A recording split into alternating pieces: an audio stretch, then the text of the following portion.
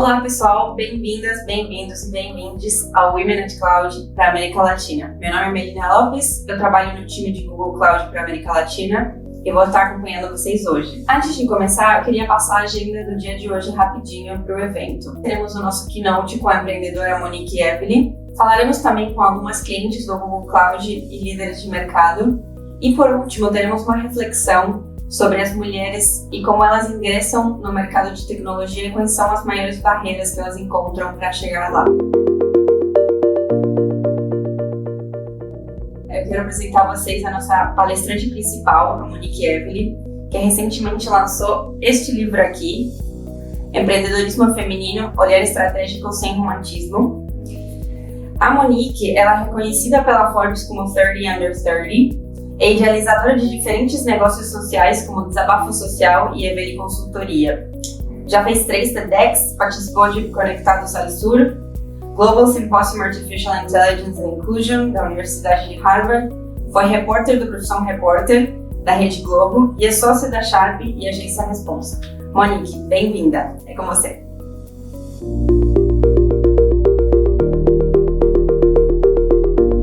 Oi gente, eu sou Monique Evelyn e antes da gente começar a falar sobre o assunto proposto, que é empreendedorismo feminino, é importante que vocês saibam de onde eu estou partindo, né?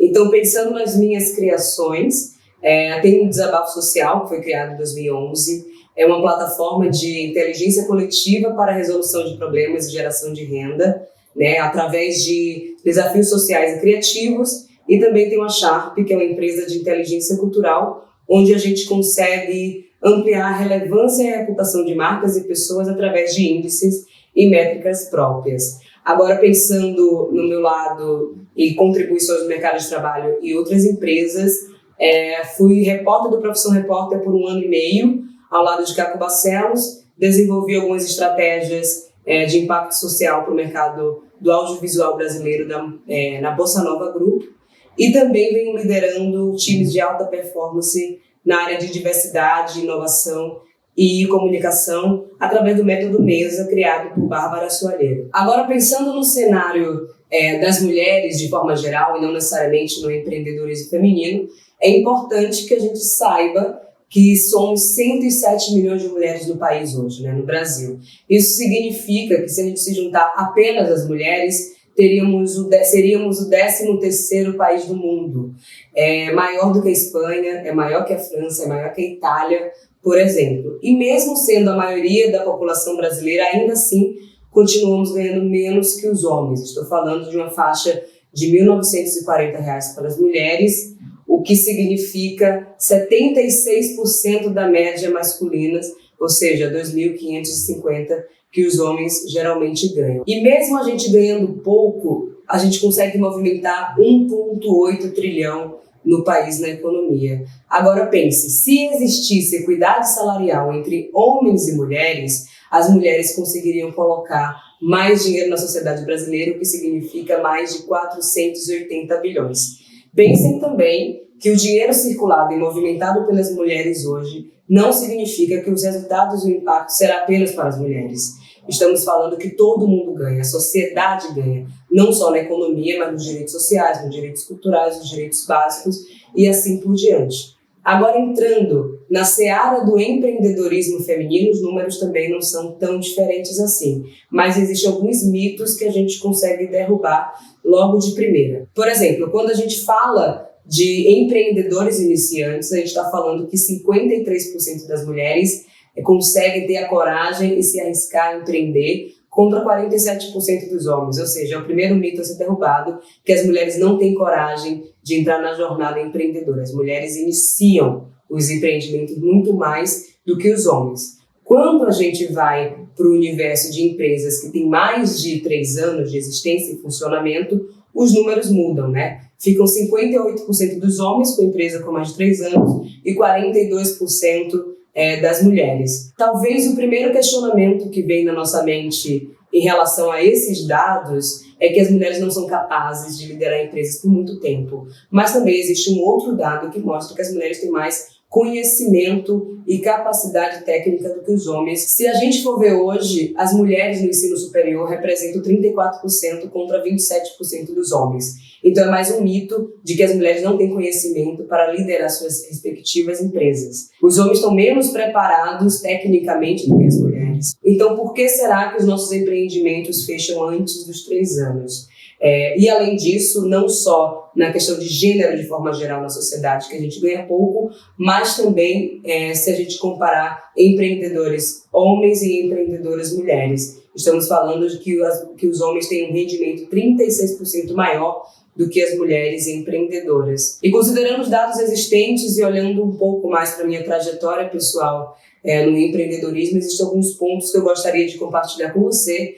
E o primeiro é o que eu já falei sobre conhecimento. Além do talento que as mulheres empreendedoras têm na área de gestão, na área de negociação, escrita e tudo mais, as mulheres, além do ensino superior, continuam sendo as maiorias nos eventos de aperfeiçoamento, cursos, palestras e TEDs. A maioria das mulheres continuam, independente se tem pós-graduação ou apenas o ensino superior, continuando a fazer cursos de aperfeiçoamento muito mais do que os homens. Então não é só talento, as mulheres têm a técnica. Eu tive que entender que talento caminha junto com a técnica, sobretudo para as mulheres empreendedoras. E é importante que você faça esses exercícios de olhar os eventos, os cursos, as palestras e ver que as mulheres sim são a maioria. Um outro ponto importante é que além de lidar com a ausência de referências de mulheres de sucesso, ainda tem que entender que referência não é cópia. Ou seja, a gente sabe que existem poucas referências na literatura, no audiovisual, nos veículos de comunicação,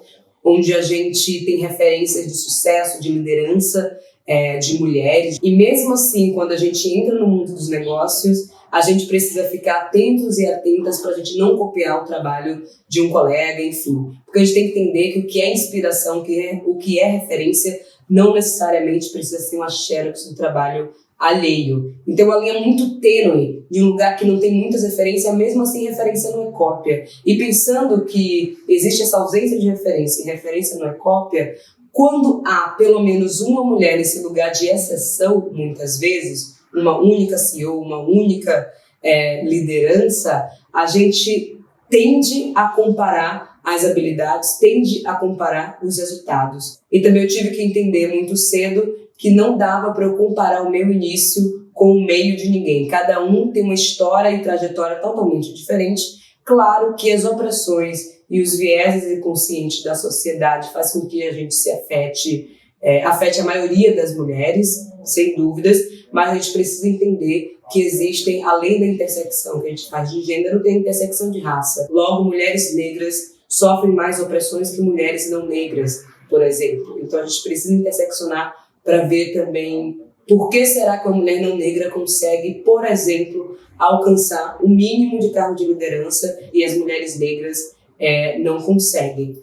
E considerando os dados e a trajetória que eu acabei de falar e esses pontos que eu destaquei, a gente sofre da síndrome do impostor. É a sociedade dizendo todos os dias que a gente não é capaz de fazer, que a gente não consegue bater o resultado. É muito daquilo que eu falei anteriormente de por que será que as empresas das mulheres fecham antes de 3 anos. Não é por falta de conhecimento. Tem a ver com as opressões e os vieses inconscientes da sociedade que faz com que a gente tenha síndrome do impostor e não consiga movimentar algumas estruturas. E provavelmente vocês devem estar pensando, o que é que eu faço já que eu não sou empreendedora, mas trabalho numa empresa que não é minha, mas eu preciso pensar em mudanças estruturais positivas. A primeira coisa é pensar em aliados e aliadas, né? Porque a gente não faz nenhum movimento de alavancar carreiras de mulheres no mundo corporativo ou nas startups, enfim, se a gente não tem aliados que entendam a importância disso. Então, para começar, os números também não são tão agradáveis assim, mas espero que no futuro próximo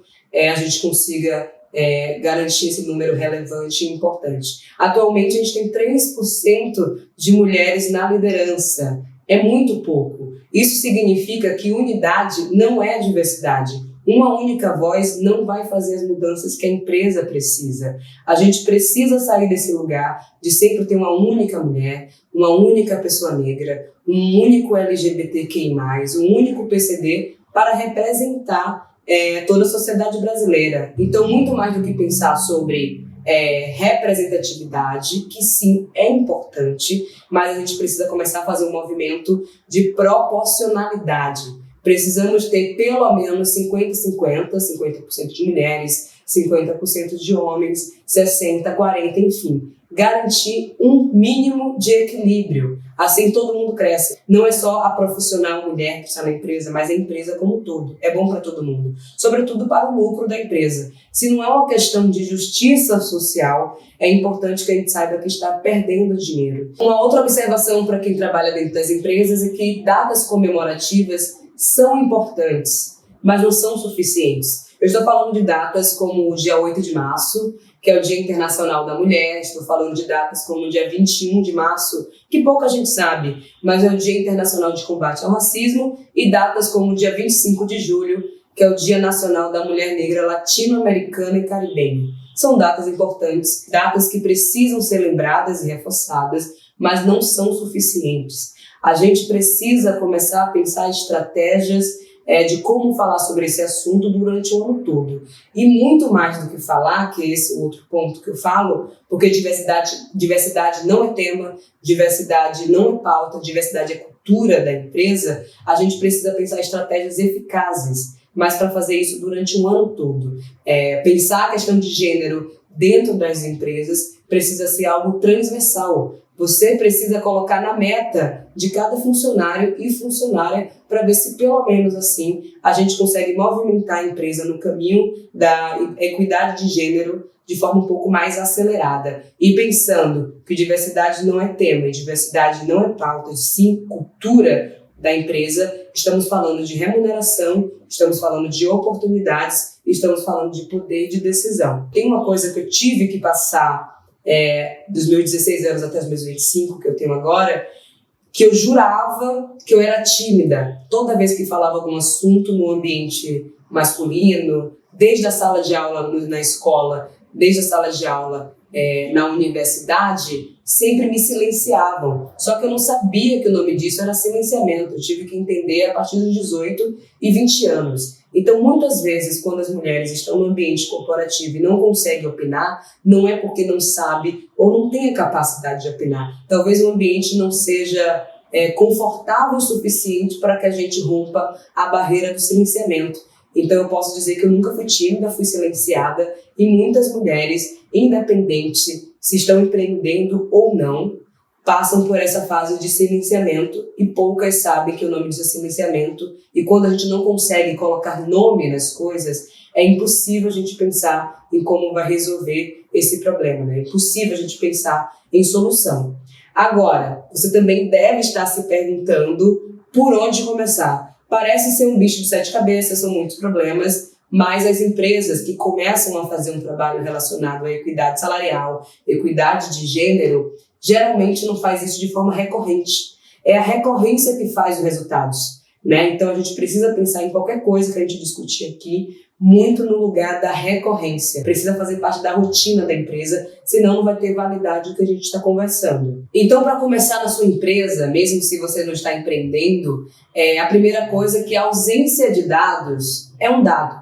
Se sua empresa não está preocupada em saber quantas mulheres estão em cargo de liderança, quantas mulheres estão na base da pirâmide da empresa, quantas pessoas negras, enfim, se não tem esse diagnóstico em números, é impossível pensar em qualquer estratégia para solucionar. Então, comecem a gerar índices e dados para garantir pelo menos um ponto de partida a ser desenhado. Uma outra coisa, eu falei no início que as mulheres representam 107 milhões no Brasil. É a maioria da população brasileira. Logo, o questionamento que a gente precisa fazer diariamente é: será que o quadro da minha empresa representa a sociedade brasileira?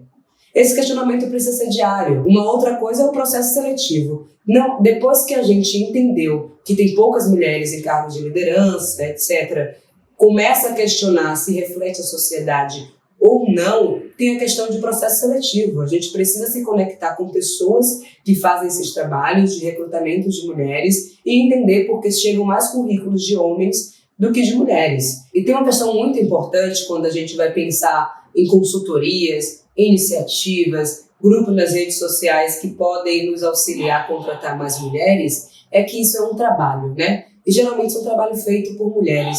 Todo trabalho precisa ser valorizado, logo precisa ser remunerado. Então, se a gente pede uma dica, a gente não está pedindo apenas uma dica, a gente está pedindo uma consultoria. E se a gente pede uma indicação, a gente não está pedindo apenas uma indicação, a gente está pedindo uma curadoria. Uma outra coisa é que um ótimo trabalho desempenhado por mulheres não dá para ser tratado como algo extraordinário, um fenômeno. Sempre é uma exceção. As mulheres fazem trabalhos brilhantes. Os homens, quando criam uma solução, ou batem uma meta, ou criam um tipo de resultado interessante, ninguém olha nesse lugar do estranho, do diferente, do extraordinário, da exceção. Então, com as mulheres não precisa ser assim. E claro que tudo isso que eu estou falando, se a gente começar a fazer de forma recorrente em nossas empresas, a gente começa a criar um ambiente propício para as mulheres intraempreender. Ou seja, criar novos serviços, novos produtos, novas soluções na sua própria empresa. E agora, pensando em iniciativas lideradas por mulheres,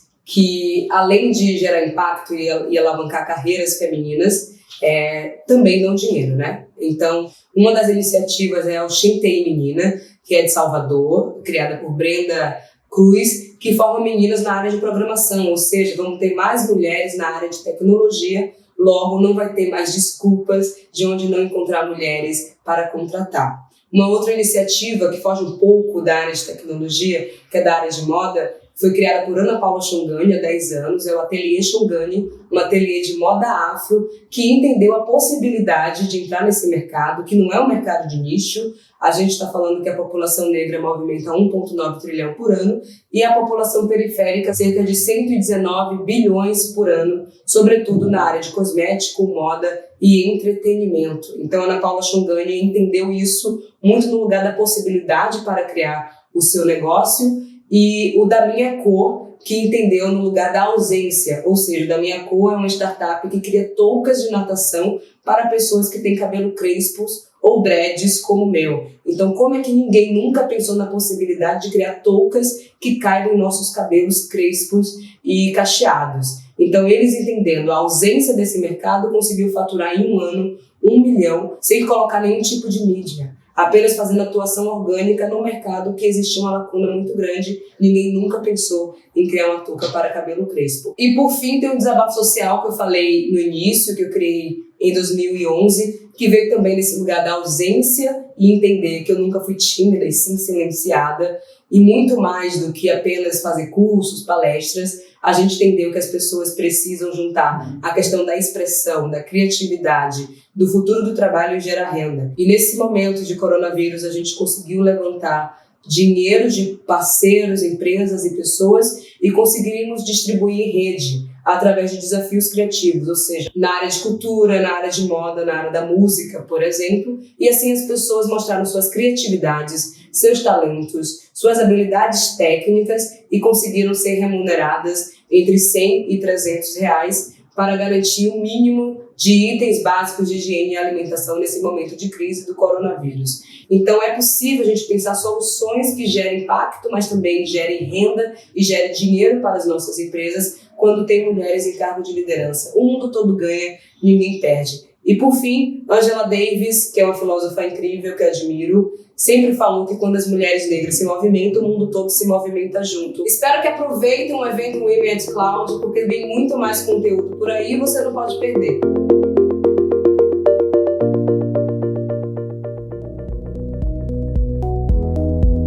Obrigada, Monique, por trazer a sua fala para o Women at Cloud. Tem vários pontos da fala da Monique que eu pessoalmente gostei muito. A primeira é não comparar o início de alguém com o meio de alguém. Eu acho isso muito importante. A gente tende muito, especialmente entre mulheres, a se comparar.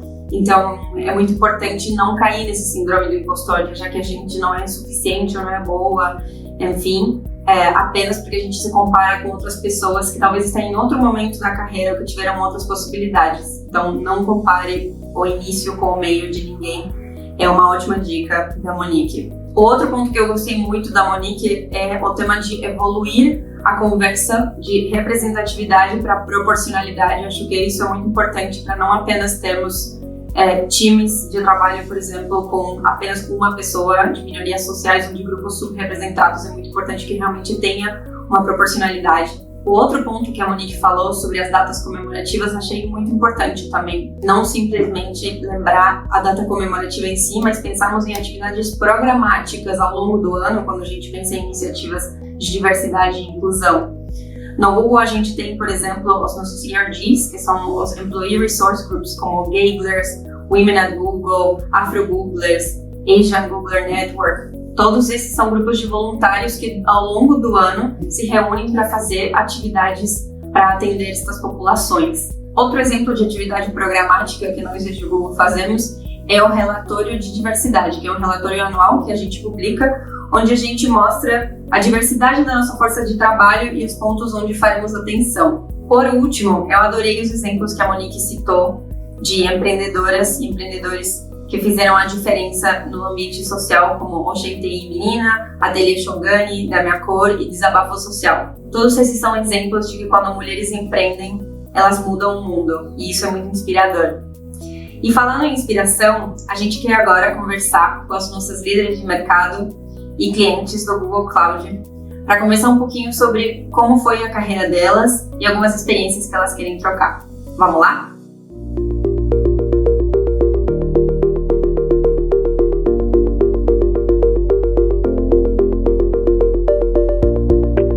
Eu acho que se você tem segurança daquilo que você quer e de que você é capaz de fazer, é o desafio de você trabalhar muito, se atualizar sempre e ser muito resiliente, muito persistente para conseguir sucesso na sua carreira, seja ela em tecnologia ou seja ela em qualquer outra. O Brasil ainda está começando a querer, talvez, valorizar a ciência, né? A gente só valoriza a ciência quando a gente precisa dela agudamente, como nesse momento, com o coronavírus, né?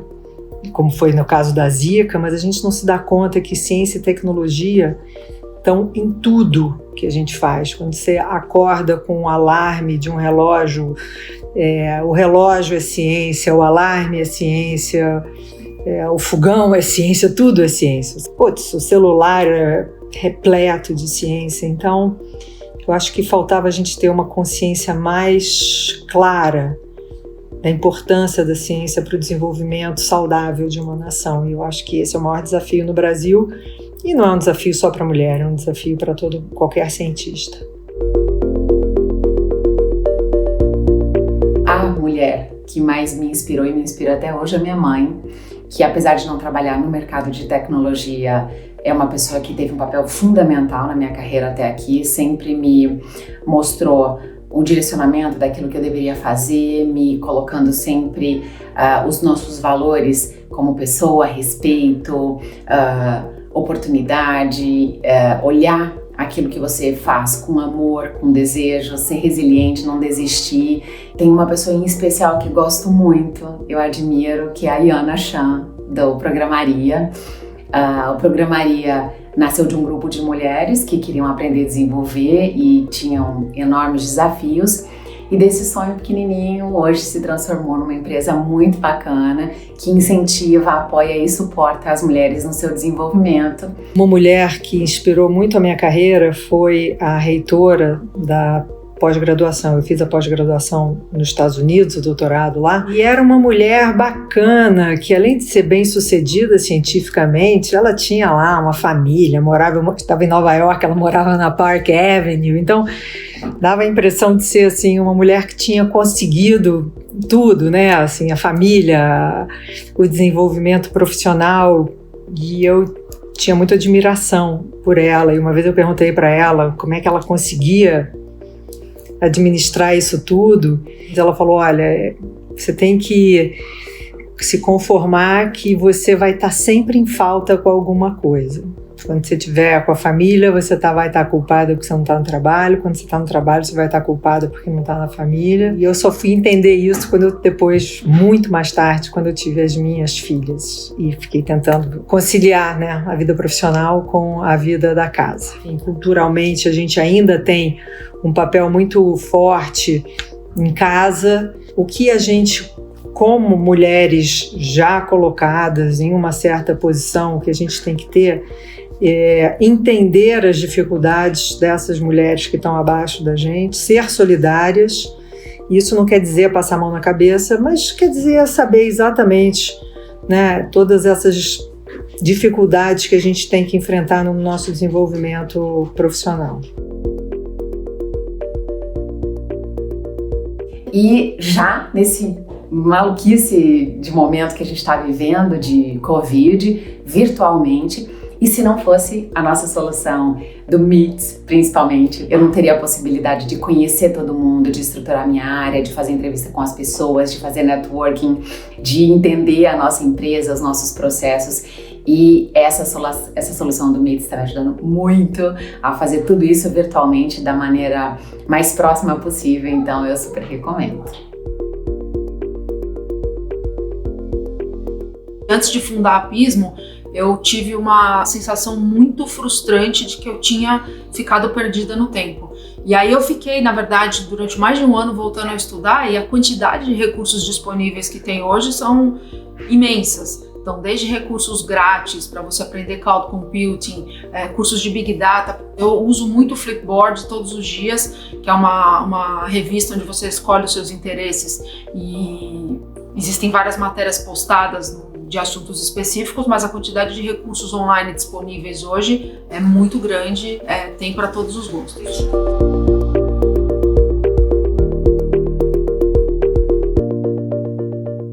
Muito obrigada às nossas líderes que participaram do Women at Cloud. Sempre é muito legal ouvir as experiências de mulheres que chegaram no mercado de tecnologia e estão se desenvolvendo nele. Mas não é sempre assim que acontece, né? Tem muitas vezes que as mulheres não chegamos ao mercado de tecnologia ou saímos antes do que deveríamos. E é exatamente sobre isso que a gente quer falar agora, com uma reflexão que a gente fez com a consultoria Grow de Gênero e Trabalho.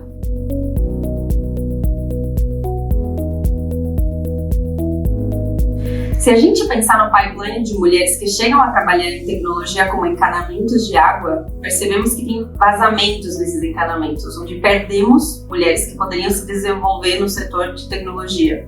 Ao longo da vida, passamos por instituições, somos vítimas de diferentes estereótipos e desigualdades que podem fechar o nosso caminho. Para nós mulheres, esses períodos podem estar relacionados a preconceitos e estereótipos, violência e falta de oportunidades que impedem que mais mulheres cheguem até onde você, que já trabalha com tecnologia, está. Precisamos pensar sobre as desigualdades de maneira interseccional e tentar entender como as diferentes características interagem e podem criar formas mais abrangentes de exclusão para as mulheres, como por raça, etnia, identidade de gênero, orientação sexual, nível socioeconômico, enfim. De acordo com as projeções para 2020 até 2022 do Fórum Econômico Mundial, as profissões do futuro estarão relacionadas a dados e inteligência artificial, engenharia e computação, desenvolvimento de produtos, produção de conteúdo e povos e culturas. As mulheres só superam os homens nos últimos 2. Por outro lado, se todas as mulheres que estão trabalhando passarem a trabalhar na mesma proporção que os homens, haverá um aumento de 11 a 26% do PIB mundial até 2025.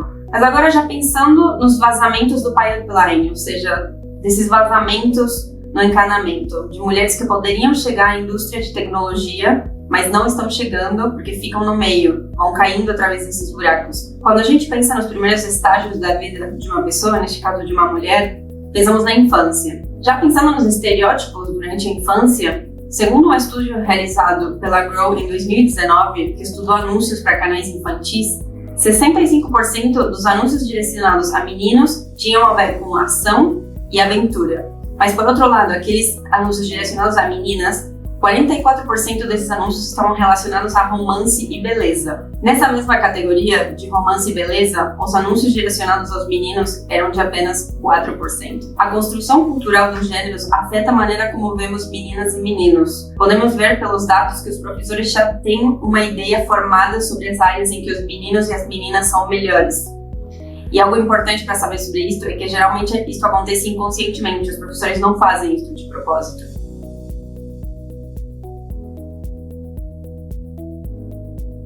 O estudo TERCE mede o desempenho educacional na terceira e na sexta série. Neste gráfico aqui, podemos ver as diferenças na sexta série. Em todos os países, os meninos são melhores em matemática e as meninas em leitura. Mas vale esclarecer que essa diferença de desempenho aparece na sexta série. Antes não existe uma diferença de performance na matemática. Vamos examinar as expectativas na adolescência também?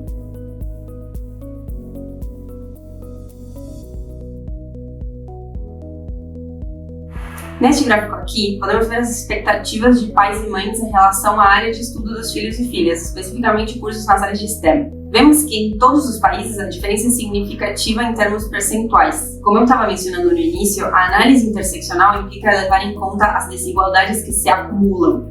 O nível socioeconômico explica parte dessas desigualdades, por exemplo. De acordo com os testes do PISA, o status socioeconômico explica 16% da variação do desempenho em matemática. Por fim, ainda falando em adolescência, o alto índice de gravidez é outro fator de desigualdade.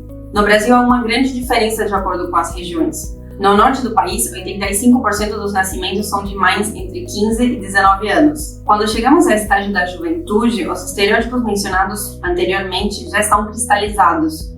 O ingresso no nível superior é marcado por desigualdades, neste caso no Brasil, principalmente nos níveis socioeconômico e racial, mas nem tudo está perdido. No Brasil, a porcentagem de mulheres graduadas em cursos nas áreas de STEM é de 36,6%, a porcentagem mais alta da região se a gente for comparar com o México, o Chile, a Argentina e a Colômbia. E quando chegamos na idade adulta, existem muitas razões para as mulheres terem dificuldade no mercado de trabalho. Os fatores que afetam a pouca participação das mulheres no mercado são vários, mas vou destacar alguns dos mais importantes. O primeiro é o tempo de cuidados com a família e as tarefas domésticas não remuneradas. Isso faz com que as mulheres tenham menos tempo disponível para trabalhar, já que boa parte dele é dedicada aos cuidados com a família. Outro fator importante é na concorrência por vagas. Para se candidatar a um emprego, os homens se sentem confiantes quando têm 60% dos requisitos da vaga, enquanto as mulheres só se sentem confiantes se tiverem 100% dos requisitos. Outro fator podem ser também preconceitos do entrevistador, que pode pensar que mulheres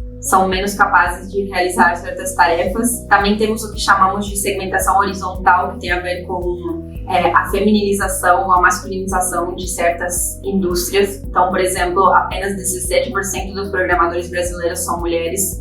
E aqui eu cito o exemplo do mercado de programação e de tecnologia, mas tem outras áreas que são mais feminizadas, como, por exemplo, saúde, educação, beleza, trabalho doméstico, etc. Por último, também tem a diferença salarial entre homens e mulheres. Com estes problemas em mente que eu descrevi agora, a ideia não é ser pessimista, a ideia é convidar vocês a pensarem o que eu posso fazer para mudar essa realidade?